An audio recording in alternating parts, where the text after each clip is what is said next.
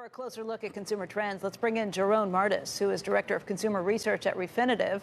Also, Brian Nagel, who's Senior Equity Research Analyst for Retail at Oppenheimer. You guys are taking slightly different tacks on each of these things.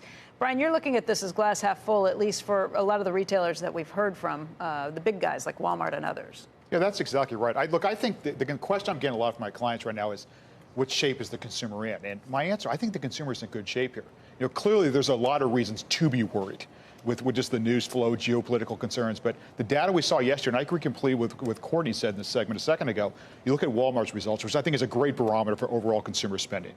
A 2.8% comp in the quarter is very strong for them. And then retail sales, I look at the data maybe a little bit differently. I look at year on year, but you had year on year in core retail sales 4.2%. Which was the best, I think, in the last several months. Mm-hmm. So I think the consumer's in good shape here.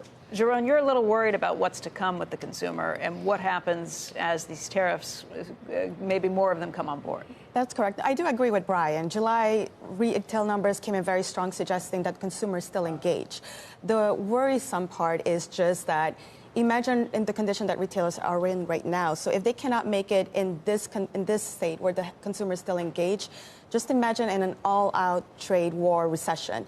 If a retailer can make it now, what would happen then? It would be more devastating for them then than for the consumer behavior itself. Mm-hmm. So that's what you think explains the retail index's 8% decline this week?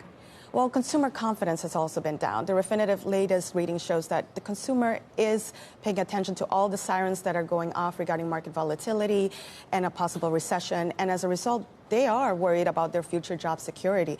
They're also pretty much increasingly becoming more aware of the repercussions of a trade war and that this might mean that they might pay higher prices. And it's not just the consumer. Retailers are also telling us not to expect too much from them from the third quarter. To date, we've received 19 negative pre-announcements compared to only 7 positive, which is why it underlines the strength of Walmart yesterday, that they are so bold in raising their guidance in a time when so many other retailers are posting negative guidance. That's really what jumped out to me yesterday, Brian, was the idea that they would be willing to kind of lay it out there and say, we're raising guidance for the full year when we don't even know entirely what's going to happen with the tariffs or the trade or anything else at that point. No, look, it's clearly a testament to the strength of their business. The other point I would make, though, too, is we're all, as investors, we're all looking for signals of weakness in the consumer because we very much agree that consumers what drives the U.S. economy. But I think we have to be really careful here with looking at these retailers too closely because, as we've discussed a lot, retail is very much a sector within transition. And we're seeing more and more the winners and the losers. And usually the delineation there is on digital. You take a company like Walmart, very much pushing a digital strategy, as well as others out there.